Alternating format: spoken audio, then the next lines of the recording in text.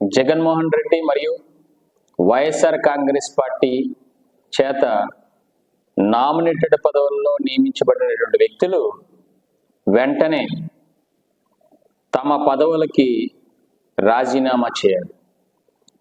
అది ఒక సంస్కారం, ఒక గౌరవం.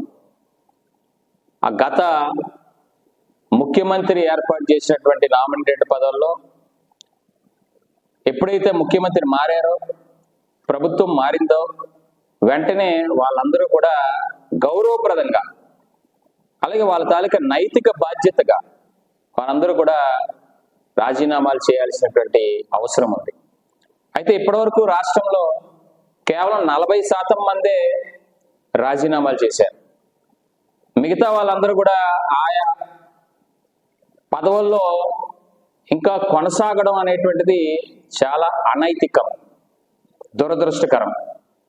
ఇప్పటికైనా నేను వారందరినీ అభ్యర్థిస్తా ఉన్నా, దయచేసి జగన్మోహన్ రెడ్డి వేసినటువంటి పదవులన్నిటిని కూడా వారు స్వచ్ఛందంగా, మిగిలిన వారు కూడా రాజీనామాలు సమర్పించి గౌరవప్రదంగా ఆ పదవుల నుంచి తప్పుకోవాలని నేను కోరుకుంటా ఉన్నా.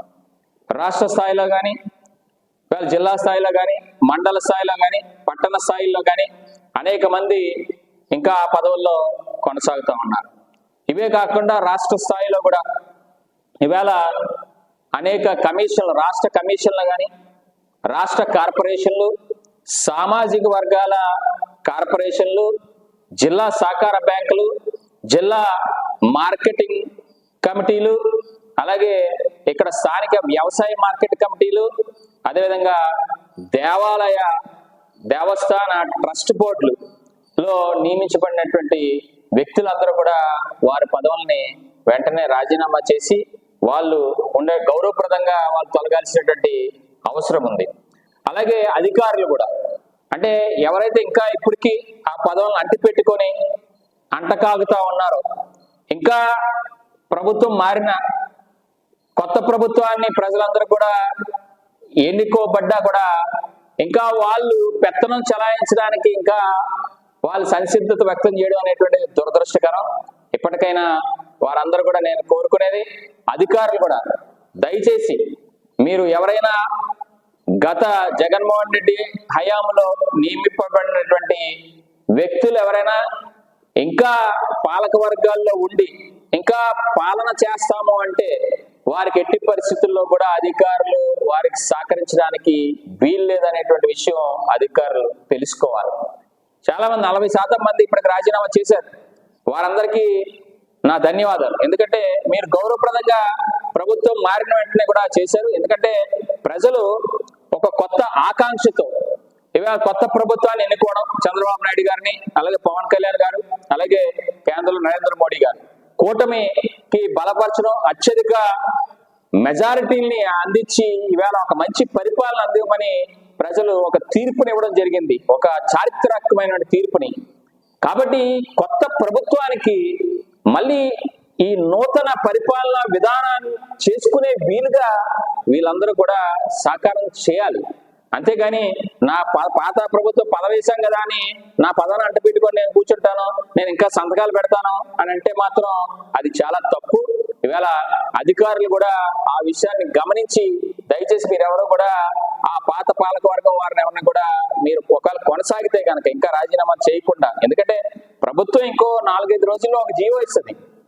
ఎలాగో మొత్తం అన్ని దేవస్థాన ట్రస్ట్ బోర్డులు మొదలుకొని అన్ని నామినేటెడ్ పదవులని కూడా ఒకే జీవోతో స్క్వాష్ చేస్తుంది.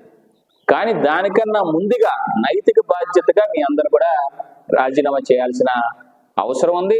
మరి అదేవిధంగా ఇవాళ అధికారులు కూడా ఇవాళ వాళ్ళకు ఒత్తాసు పలికితే వాళ్ళు కూడా తప్పు చేసినట్టుగా ఉంది.